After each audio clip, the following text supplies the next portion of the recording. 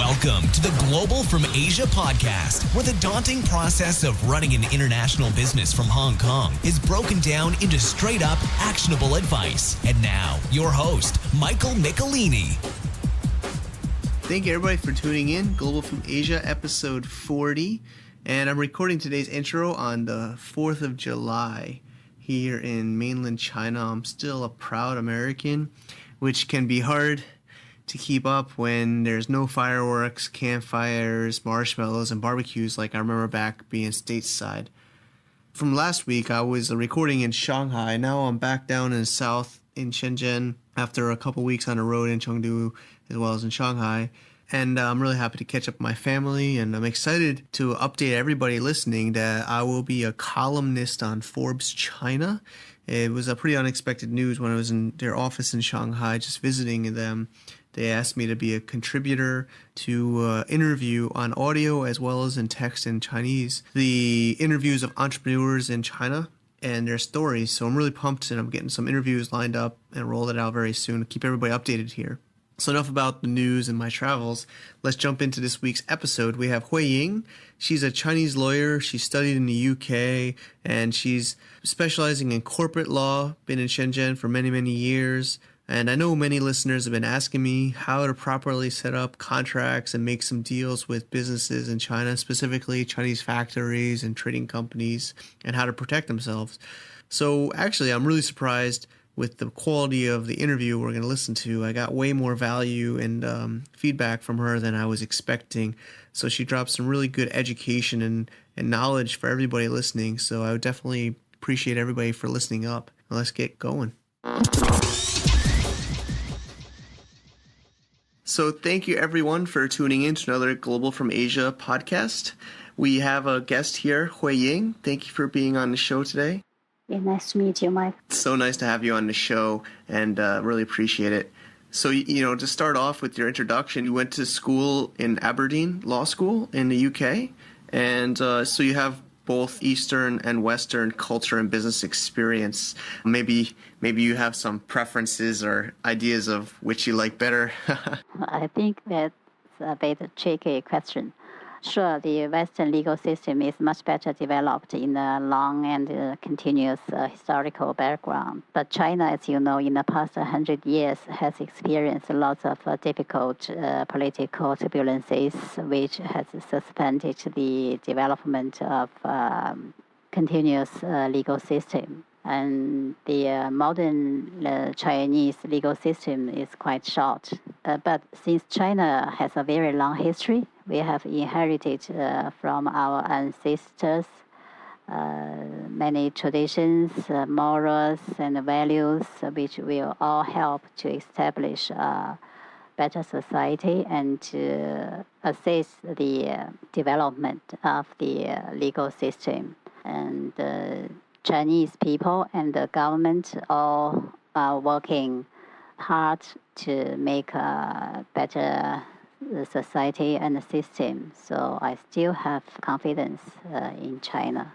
Great. I'm happy to have you on. Give us the perspective. I think, there's still so many cultural differences, right, between China and foreigner. So maybe you can introduce yourself for our listeners. I am a partner of a legal consulting company for the recent 10 years.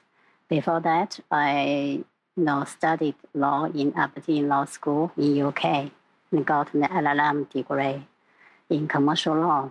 And then before this study, I worked in a helicopter corporation in Shenzhen for nearly 8 years in a commercial department, also working as in-house. So it is doing contract negotiations like legal counsel. And at the very beginning of my career, I was an English teacher and taught English for several years. So that's all about me.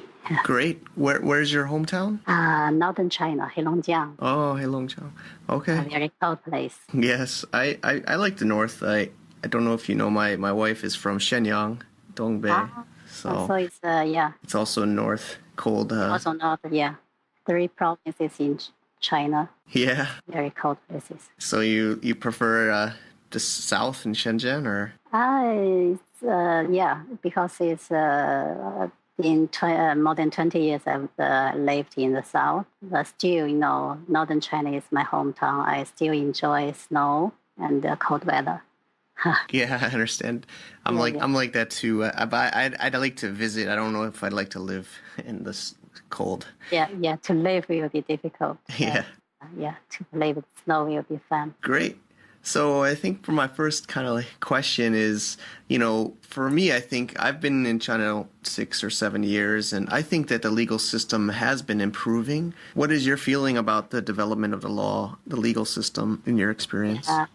Yeah, you're right. The legal system is developing, very fast. Actually, not only the 6 or 7 years, it's been developing for 30 years, I think. So, if you subscribe the new law, you can see nearly every day there will be several new laws, promulgated or published, new laws and new regulations. Because China is, in very fast developing speed, and every month, every year, there will be new situations to be met by the government. So they will investigate the situation, and then they will give new solutions, which is, new laws will be published. Got it. I know this is very complicated, but is the law usually, there's local city law, there's like province, and there's the whole country?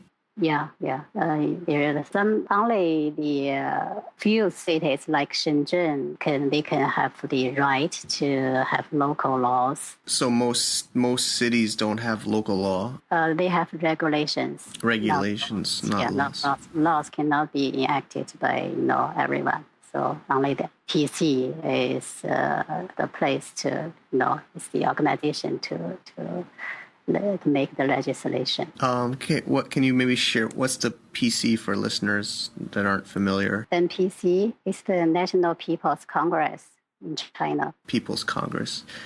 National People's Congress. National People's Congress. Correct. Yeah, that's the organization to make legislation in China. Yeah. So I know it's gonna be hard to cover this on one show, but can you maybe explain quickly what is that? In the China's political organization, there's this National People's Congress. On that structure, it is it's the highest layer of the country to make the legislation. And so though most people maybe have different attitudes towards this, but it is the organization to make the legislation.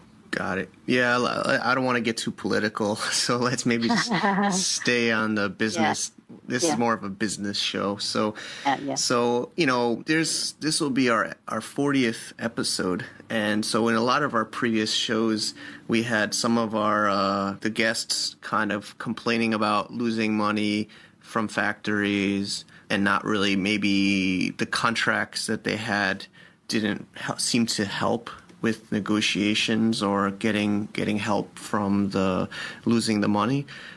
Do you have any tips about this, or what are your feelings?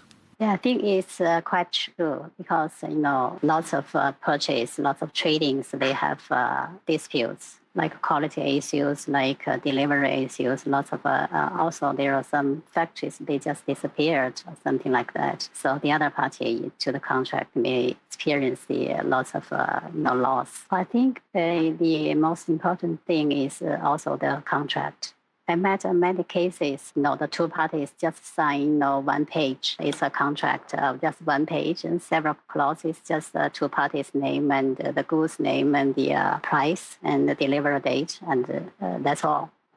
Actually, it's just like an order, but when you have no problem, it's okay. But when you have problems, and then it will be difficult to use this as a base to claim for your benefit. So I would suggest people to have a strict contract. Yeah, that's true. I think a lot of people do. I guess I'll say complain about China, but if you have a one-page contract, I think anywhere in the world it's probably difficult to get much help in the legal system. Yeah. So definitely, I think making a more detailed contract. Yeah.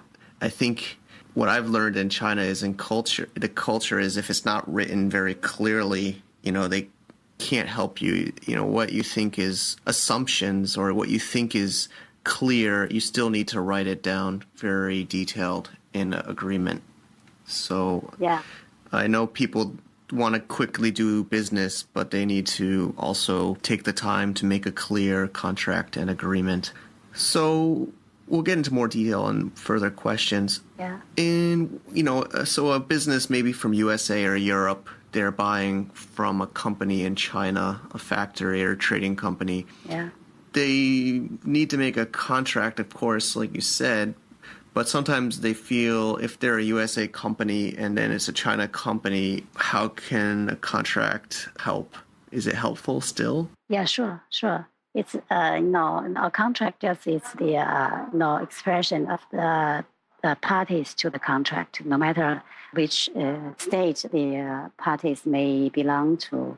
So the example you raised will be an international contract. So it's the same protection, as the contract we do in the local place. So the international contract, the most important thing is to make the applicable law clause clearer, what kind of law will be applicable in this contract. That will be very important. Got it.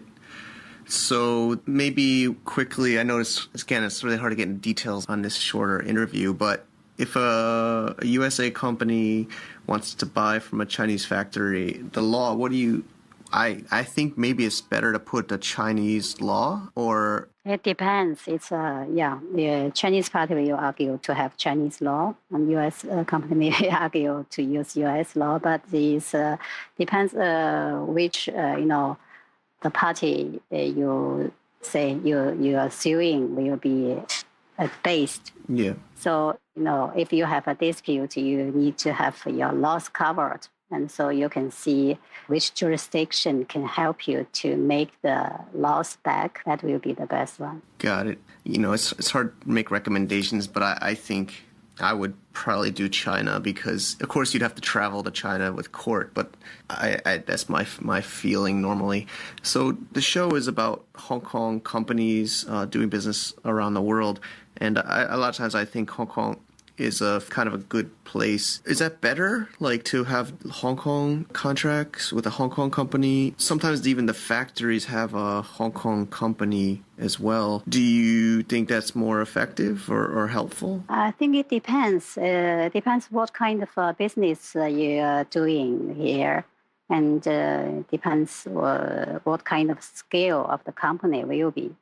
If you say you're just a purchasing center here, you can make it in Hong Kong, and then you're just doing trading here, and that will be easier. But if you make a manufacturing base or kind of a R&D research center, that will be in a large scale, then it will be better to set up just a limited company here in China, I think. Because Hong Kong and China, it's still in two different legal systems. Also, you need to consider about the employment, the staff employment issue. If you know whether this company in Hong Kong will employ Chinese staff or not. So that's also the issues to consider. Yeah, I agree. So let me maybe help make it more. I think we'll assume on the show a lot of these listeners have maybe a Hong Kong company, but they don't have maybe full-time workers. They're more of a trading company, import-export, buying from a Chinese factory. Yeah. So, I've talked to a lot of different people, and they're really just trying to be more effective with protecting themselves in buying from a factory. So they wonder if a Hong Kong company with a contract from Hong Kong to China is good for buying from a factory. Yeah. So then that's good.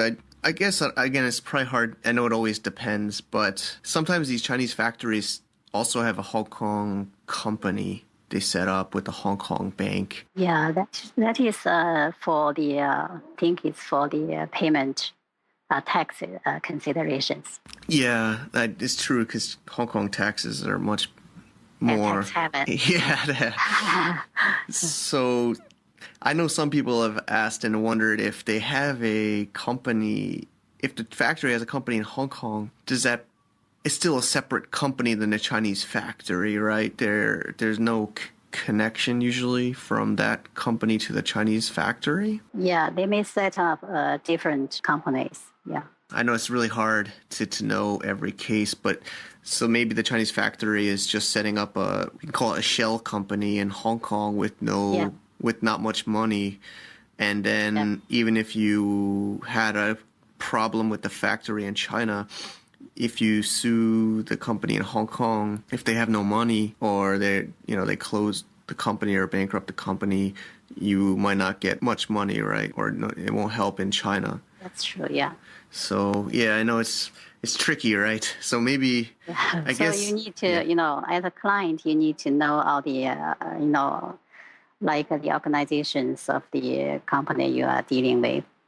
So you understand clear, and then you can make the contract arrangement better. Yeah, I agree. It's really hard, though. I think obviously you know Alibaba, and there's a lot of foreigners never come to China and they search Alibaba and they talk on Skype or, they chat online or email, and then they make a order, and then they're about to pay the money, and then they think, okay, what do I do? Do I just send the money? Do I send a contract? This is kind of like I think the listeners mostly here on the show are. So they ask me, oh, what kind of contract do I send? Or, they have no idea really, especially the first time. And they don't buy big amounts. Maybe they buy $10,000, $20,000 US, or, 60,000 RMB or 120,000 RMB. I know it's really hard, but they can't afford a lawyer maybe, or what's your thinking there? I mean, generally it's really hard, right? Really hard. Yeah, still, we have the same problem here in China. Yeah, small businesses, we just want to save costs. That's true. I think it's like starting a business, you need to make some judgment. It's also something like depending on your judgment and your luck, whether you can meet and decide to deal with nice people. And nice people is existing in everywhere in here or in the Western world. I think by nature, humans are the same. There are some, good human. There are some bad human. Yeah, I agree. So it's depending on your luck and also your judgment. I think most cases you can, when you deal with a person, I think several times you can find whether it is the right person to deal with. Still, in the process, you need to be cautious and alert all the way. Sometimes, in the end, when make payment, there may be also trick.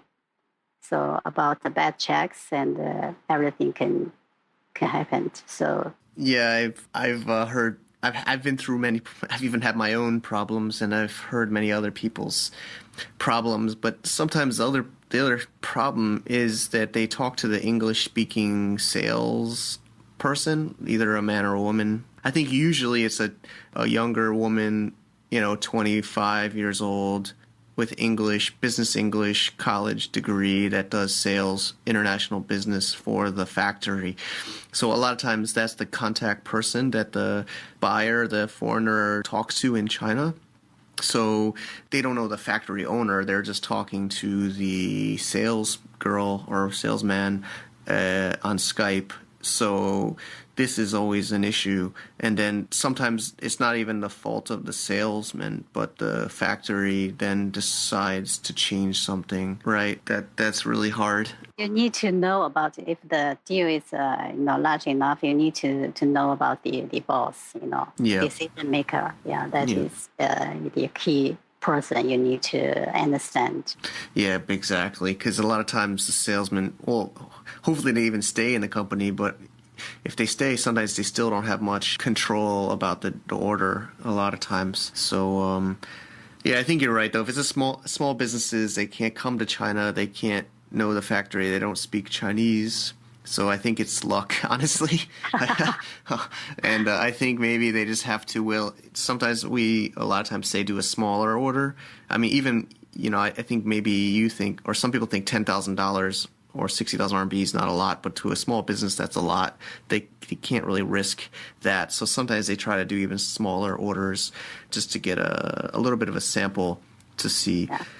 So talking about the order size, I had a bad factory buying issue maybe 2008, and I remember I talked to a lawyer, and they said that it wasn't big enough an order to make it worth it. It was $40,000 and it was a quality problem, and they said that normally the order should be at least $100,000 to make it worth to sue the factory or to go to court. What are your thinking of this?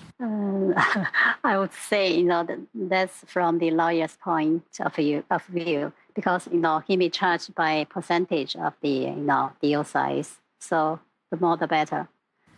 Yeah, true. But actually, the case is not like that. Even maybe several thousand US dollars, you can also go to the court. It's there's no limit like that. But just you need to consider about the time, energy, and money you invested into the action, the case. Got it.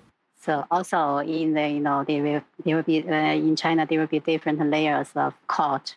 There are a Supreme Court, there are intermediate court, there are primary court. So different sides will go to different layers of court. So you have a place to go. Just you decide whether you want to go. Got it. Maybe some examples. I know you probably can't talk too much detail about your clients' cases, but if you're willing or able to give an example of a Western business that does a good job of protecting itself or contracts with China, some kind of example. Yeah, there are many aircraft company from US. They produce fixed wing, a small fixed wing aircraft, and they find a partner first in Zhejiang province. But later on they find a better partner in Beijing, and then they started to negotiate with the new partner. Why they can do this? Because I think the previous contract they made something, they can just escape from that contract. So that's not a good example. Actually, it's good for this U.S. company, but it's not good for the Zhejiang company. So that's the importance of the contract. Okay, yeah, it's definitely a good case for the foreigner. Foreigner could win in China. I think it should not be encouraged. You're talking.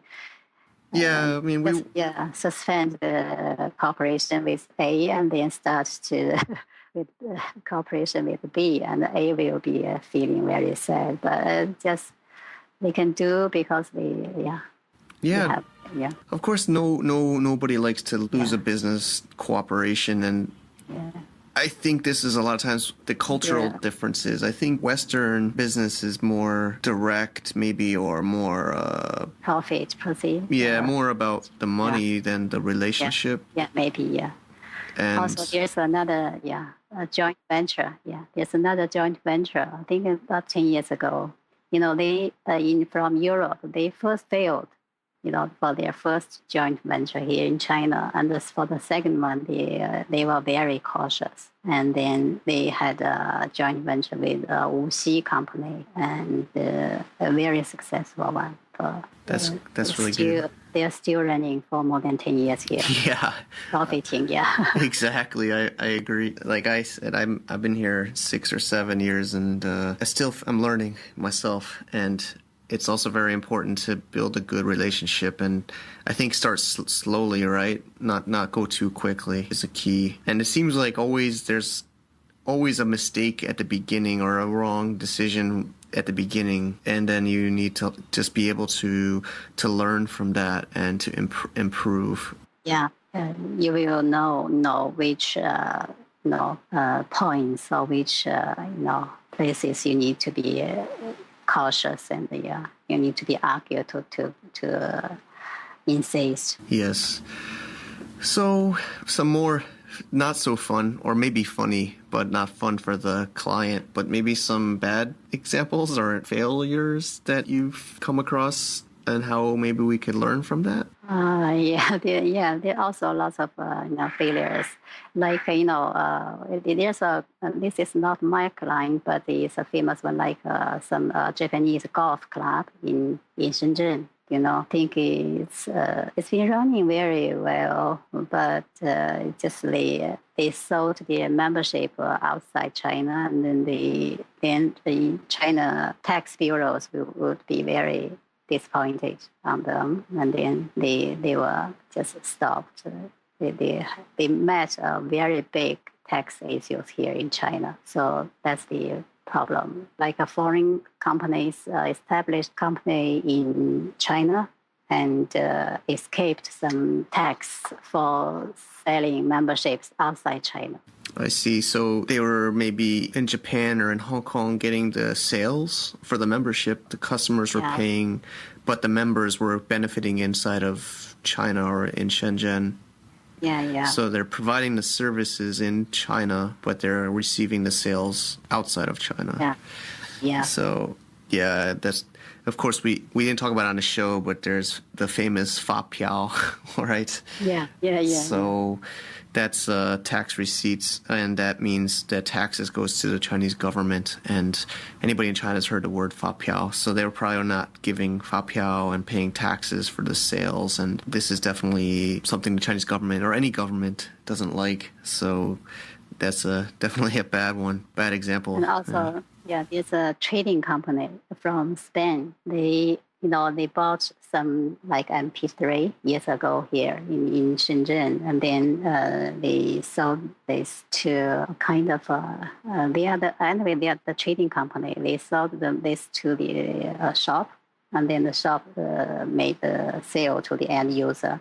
And the quality, of that kind of that product had lots of problems. And then the shop looked for them, and then they came back to China to find the factory. And the factory, provided the contract. The contract is, like I mentioned, very simple. It is, according to them, they have no responsibilities, and so they will need net. Also, the companies here in China has, had several, like a group companies. So it's very difficult for this Spain company to, focus on which one to sue. And also according to the quality, law in China, the contract is not so well made. Yeah, I had a similar problem where Really?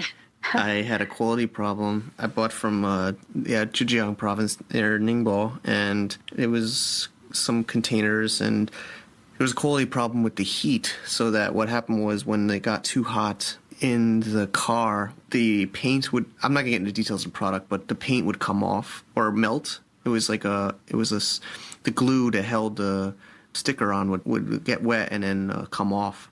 And then it would not stick back on, and it would crack. So the product was not usable. And then the factory told me that I didn't say they needed to withstand that heat level. And I have to admit, I didn't put that requirement in the agreement or the specification.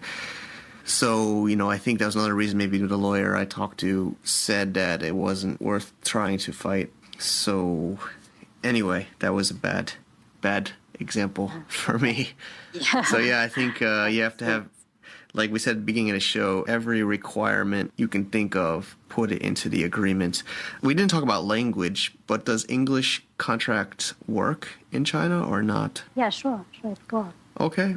Yeah, because most cases involving foreign affairs, foreign factors will be to the intermediate court here. So in the intermediate court will be efficient in English hearings. Yeah, so there's no problem. Yeah, just just the two parties. You can choose which version of the contract will be effective, will be preview. Yeah, that's great to hear. My experience, when I've done it, is I put it in English and in Chinese, but usually we say the Chinese will be used because it's in China. I didn't know it was even possible to do English in China in a contract. It is possible. It is, but the problem is sometimes maybe they haven't found good lawyer, or sometimes they just make some student of English to make the translation, but the translation actually doesn't reflect the true intention of the original contract. That will be a problem. So the English contracts standard will be most important. Okay, great. Thank you so much. I'm curious, the 3 levels of court in China. I didn't have that on my notes, but can... Primary court, intermediate court, and Supreme Court. Okay. And then normally, so English or international is intermediate? Intermediate, intermediate is like in the middle. Oh. Intermediate means in the middle. In the middle of... Yeah, 中级法院. Oh, okay, like so in the center of, between the two, so second level. Yeah, second level. And then, of course, Supreme is very, like in the U.S., they have Supreme Court, which is a very high-level court. It has to be very important, very large-scale cases. And then the first level is? Primary level. Primary, and then that's like, most common. Different in Nanshan district. Oh, okay. Local district. Oh, okay. So even in the districts, even. Okay. And it's a smaller court? Yeah. Smaller court accepting smaller cases. Great. That's good to hear. Thank you. Yeah.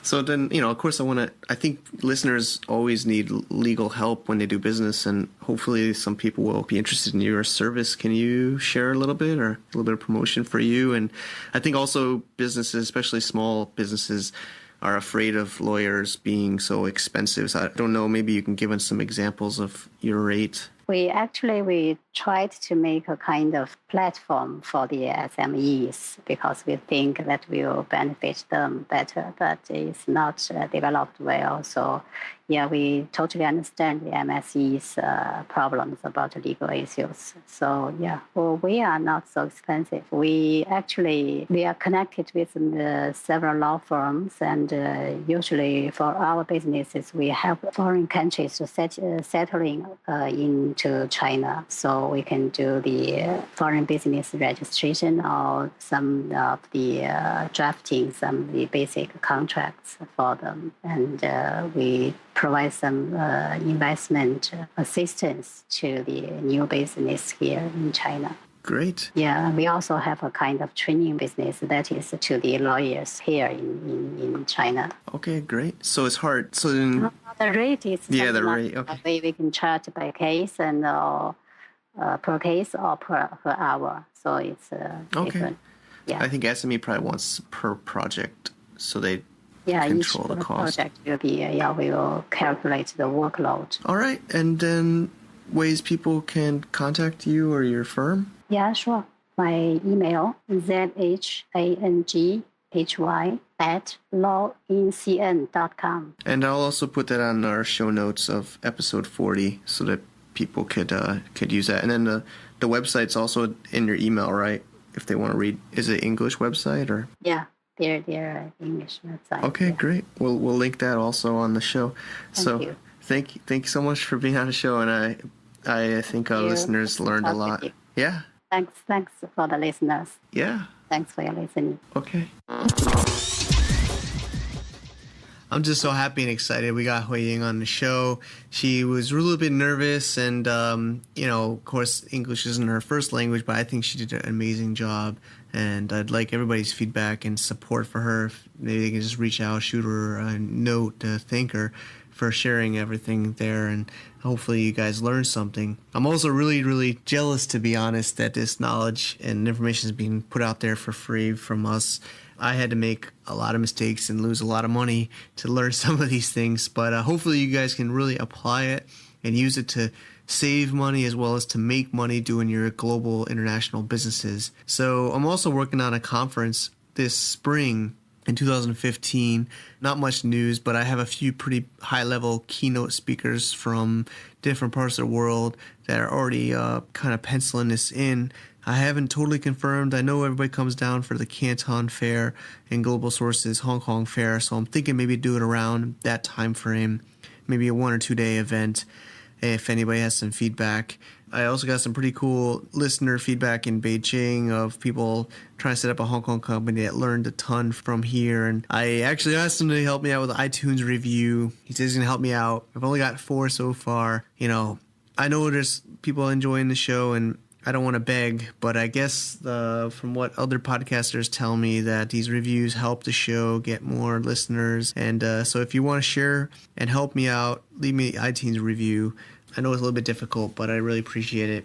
And next week, we're going to get some more great content for you guys. All right. So thanks for tuning in. Till next time. To get more info about running an international business via Hong Kong, please visit our website at www.globalfromasia.com. That's www.globalfromasia.com. Also, be sure to subscribe to our iTunes feed. Thanks for tuning in.